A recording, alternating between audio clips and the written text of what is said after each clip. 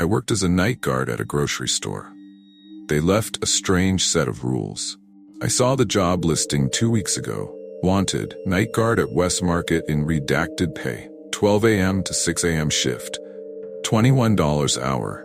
The whole thing struck me as odd, right off the bat. What kind of grocery store needed a security guard while it was closed? Was the crime really that bad? But I needed the money, badly. 2 days later, after a phone interview with a man named Clive, I showed up for my first shift. As soon as I pulled up, I sort of understood why they needed a night guard. The grocery store sat at the edge of a run-down strip mall.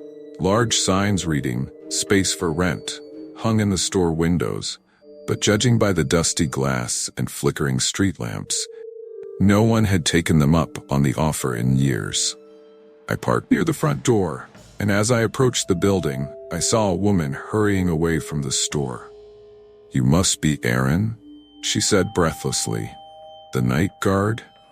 "That's me. Clive left you some instructions. I put them on the conveyor belt at Register 1. She gave me a polite nod, then stepped around me, heading for the only other car in the parking lot. "Oh, thanks. Be friendly," my inner voice scolded. "She's your new coworker." I turned around.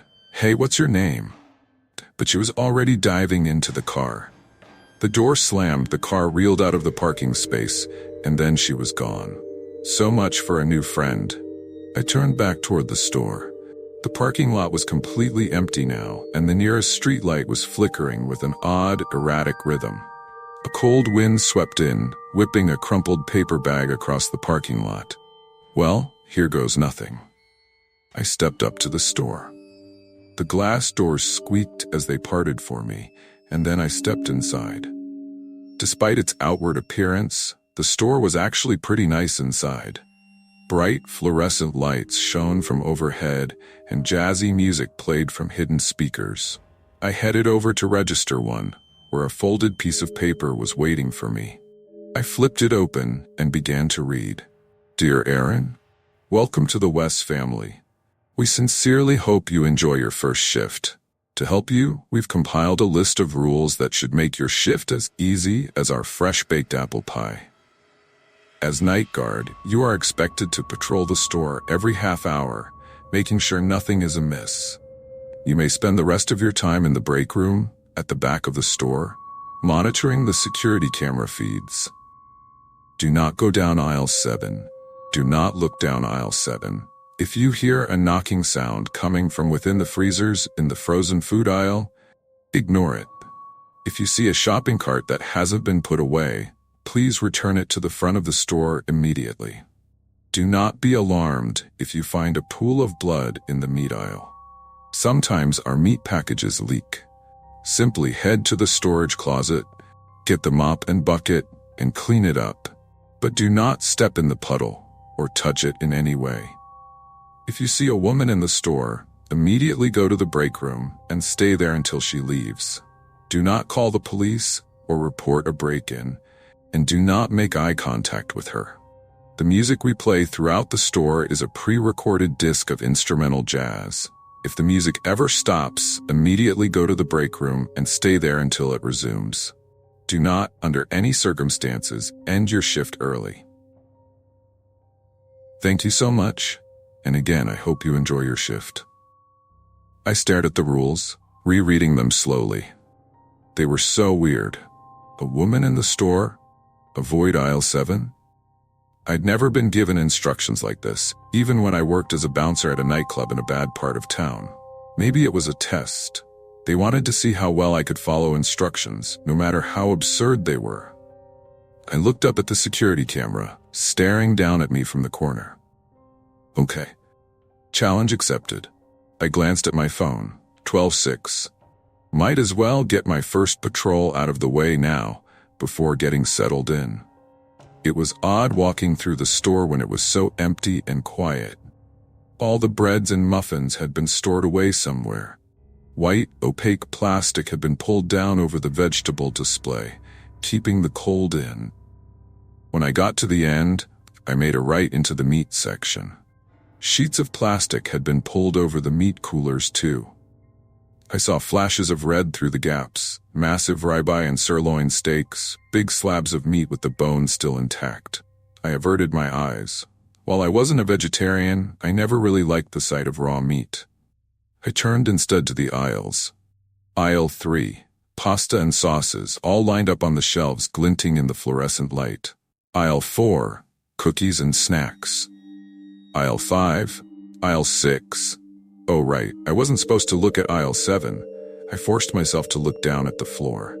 Yeah, it was stupid, but they told me not to look. On the off chance they were going to check the CCTV footage later to grade my performance, I was going to follow every rule.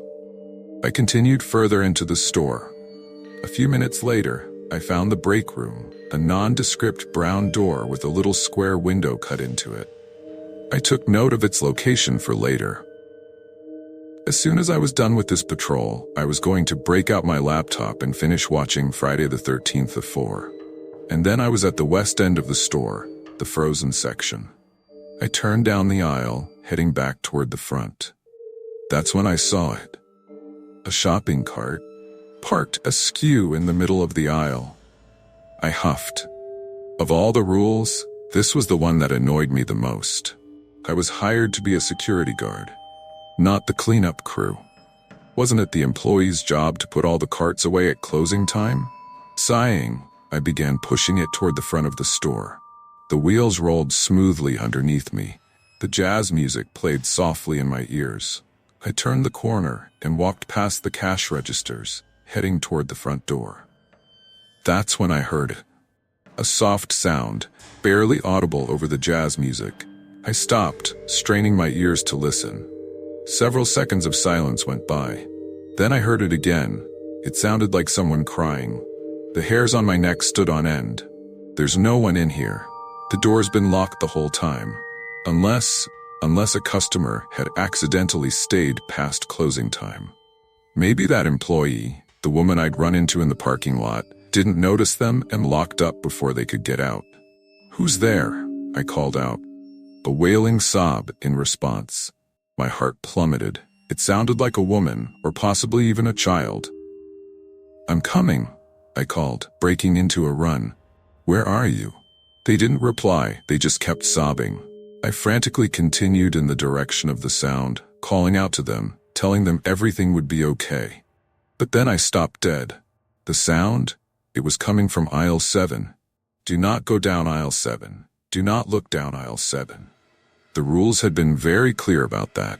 I stopped just short of the aisle, next to an end cap display of mayonnaise, carefully positioning myself so I was hidden. "I'm going to help you," I called out. "Can you tell me what happened?" They finally spoke, but they didn't answer my question.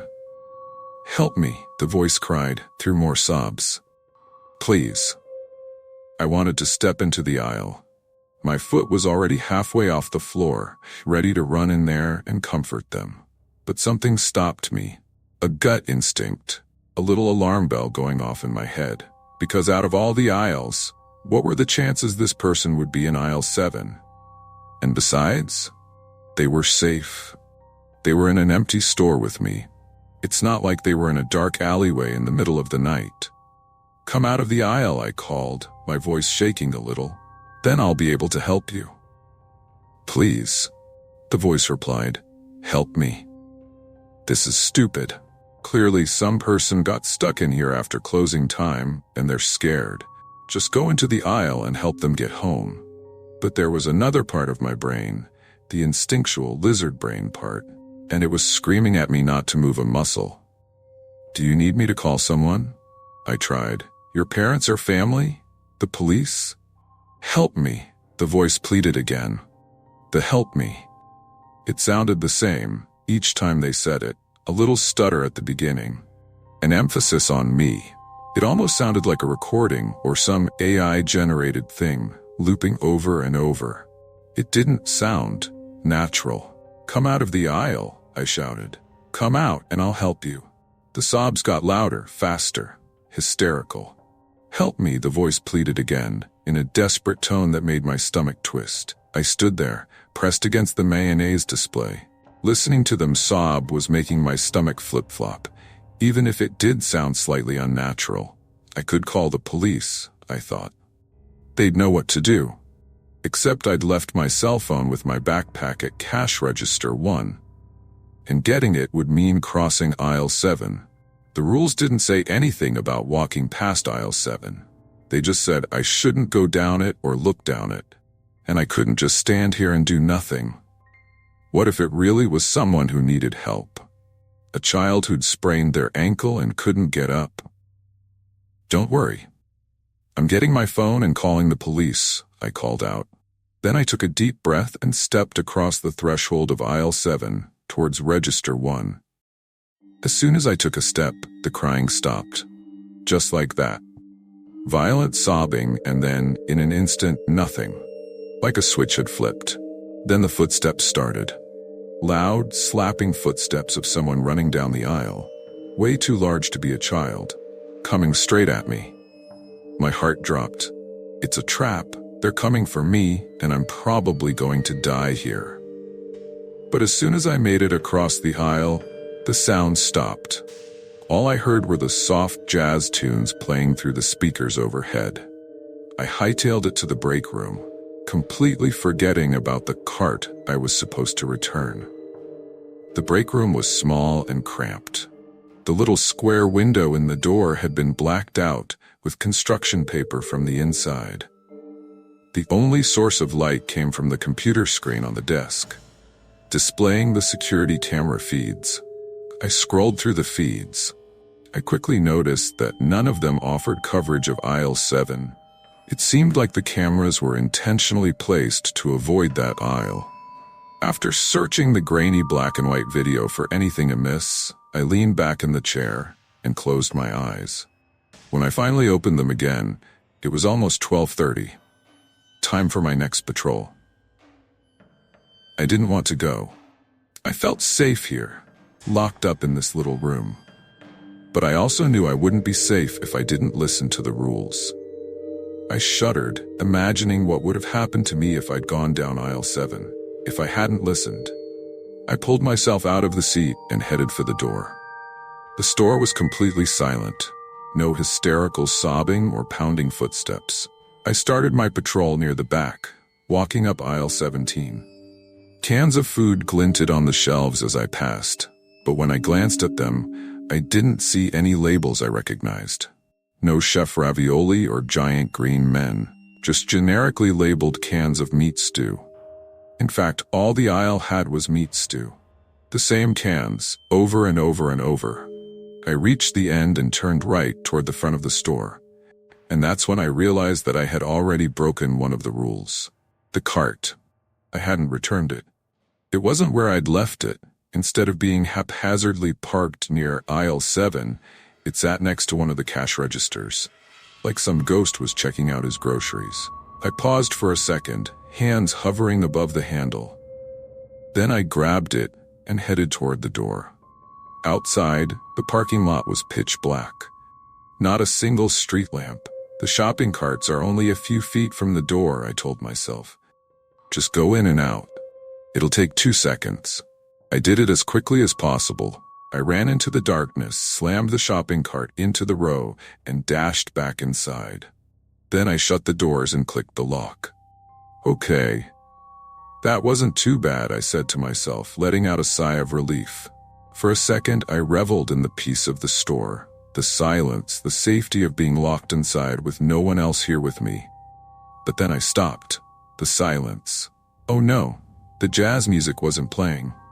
How long had it been off? I'd been so preoccupied with returning the cart, I wasn't even paying attention. I broke into a sprint toward the back of the store, cookies and snacks flashing by me. Then I swerved right and sprinted into the break room. I pulled out the list of rules and read them over again. Do not, under any circumstances, end your shift early. Why did he write that? Was it just because he didn't want anyone flaking out on him? Or if I left early, would some horrible fate befall me? Because I really, really wanted to leave. I opened my backpack, pulled out the soda I'd brought, and popped it open. Took a sip. Scrolled through the security feed. 5 more hours. The next 4 patrols went fairly well. The rules didn't say how long they had to be, so every 30 minutes I sprinted a lap around the store as fast as I could. The whole thing only took about a minute. Then for the other 29, I locked myself in the break room. On the second patrol, I heard knocking as I ran down the freezer aisle. It started as light tapping across the glass, then crescendoed into loud thumps, like someone was slamming their palms against the glass doors. As per the rules, I ignored it. I just kept running until I made it back to the break room. On the last patrol, the music had cut out again, so I quickly detoured and got to the break room as fast as I could, the silence ringing in my ears. And now, here I was, in the break room with 3 hours left. I stared at my phone's clock, ticking slowly toward 3 a.m. I stood up, shaking out my nervous energy, preparing myself to sprint. I'd been a runner back in high school, but in the past 10 years I'd gotten way out of shape. The last patrol had left me panting and breathless, legs aching. My hand closed around the doorknob. My heart hammered in my chest. 3, 2, 1, go. I wrenched the door open and shot out into the store, but I didn't get very far. There was an enormous pool of blood on the floor. I froze, all the air sucked out of my lungs. I stared at the blood, shining in the fluorescent lights. The rules said to clean it up, but that would take at least 10 minutes. I wasn't safe out here. I swallowed, then hurried to the supply closet, got a mop and a bucket, and started cleaning as fast as I could. The job was messy. I slid the mop through the blood, then dunked it in the bucket, rinsed and repeated. The soapy water tinged red. A few times it splashed up and almost landed on me. But I did it. I cleaned it all up without touching a drop. Unfortunately, by the time I was finished, it was 3:27. Time for my next patrol. I was too tired to run, so I settled for a brisk walk around the store. I headed up through frozen foods. I noticed now there were handprints on the glass doors. Handprints of all sizes, tilted and smudged.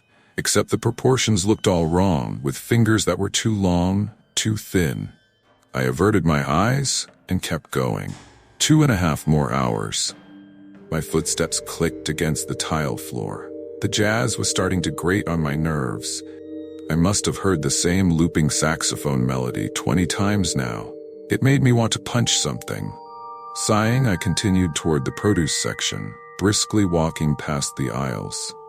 Then I stopped. Something caught my eye. In one of the aisles, I backed up and took a better look. Someone was standing in aisle 9. A woman. She wore a blue linen dress and black high heels. Long black hair cascaded down her back, almost to her waist. She faced away from me, standing still, her thin, white arms hanging limply at her sides. In her hand was a basket filled with cuts of raw meat. The rule echoed in my head. If you see a woman in the store, immediately go to the break room. Do not make eye contact with her. I slowly backed up, as quietly as I possibly could. Then I started down the next aisle, toward the break room. Click, click, click. I heard her footsteps echo against the tile. I hurried my pace toward the break room, but then I stopped. Her footsteps weren't coming from behind me. They were coming from in front of me. I averted my eyes to the floor, just as I saw 2 black high-heeled shoes step into the aisle. I stared at the floor. Do not make eye contact with her. Do not make eye contact with her. The words repeated over and over in my head, but I had to get to the break room, and she was standing in my way. All I could see were her shiny, high-heeled shoes, and the little drops of blood leaking from the meat packages in her basket, staining the floor. I backed up. That was the only way I could go. I kept my eyes on the floor, careful not to look up. But she was following me. Click, click. For every step I took, I saw a shiny black heel come into view, attached to a thin, white calf. Keeping time with me, I quickened my pace. So did she. Click, click, click. I wheeled around and broke into a sprint. Click, click, click. I ran down an aisle at random and sprinted toward the break room. But then, halfway down the aisle, I stopped. A shopping cart was parked across the middle of the aisle, blocking my way. Not just one cart. Several of them, stacked up in a teetering tower that was nearly as tall as the aisles themselves. I was trapped. I backed away, my heart pounding. Click. Slow, methodical footsteps, coming toward me slowly like a cat stalking its prey. I took my chances. I turned around, sprinted back out into the open, and stepped into the next aisle. Oh no, no. I knew it instantly. A tattered lump of gray clothing and sickly pale blue skin sat on the floor. The person, the creature, the thing folded in on itself, in a pose reminiscent of a crying child. But it obviously wasn't anything resembling a human, with its strange lumps and appendages and complete lack of a head. I'd stepped into aisle 7. I immediately reversed direction, but not before the thing unfolded itself and began to move toward me. I whipped around and, screaming, sprinted down the next aisle. Miraculously, I made it to the end in one piece. I veered sharply left, toward the break room. Almost there. Almost there. My hand hit the doorknob. I wrenched it open and dove inside. Then I collapsed in the chair, panting. I sucked in a breath, staring at the locked door. Am I really safe in here? Technically, the rules never said I would be safe. Maybe staying in here only decreased my chance of death. I turned my attention to the security camera feed on the monitor. It showed the middle of the store, and from what I could see, the aisles were empty. No trace of the woman. I switched to the next feed, the produce section. Empty. I switched to the next one. I jumped. She was standing right there, in front of the break room door. The remaining patrols went by without incident, though I did hear more sobbing from aisle 7 and more banging from the freezers. And then the hour had come, 6 a.m. My heart soared at the sight of the pink dawn sky through the glass doors. I was safe. I was free. When I glanced out into the parking lot, I saw a few cars pulling in. Disgruntled, groggy employees clutching coffees, heading toward me. As soon as the first one came in, I flew out of the store, ran to my car, and got out of there as fast as I could. I'd never felt such relief, such happiness. I felt like a new man. All of my problems, even my financial ones, seemed dwarfed by what I'd just endured. When I pulled onto the main road, I rolled down my windows and flipped on the radio. But it wasn't my usual classic rock station that blared through the speakers. Instead, I heard the upbeat tune of a saxophone. And as I listened to that horrible looping melody, I realized that my days as a night guard for Wess Market may not be over yet.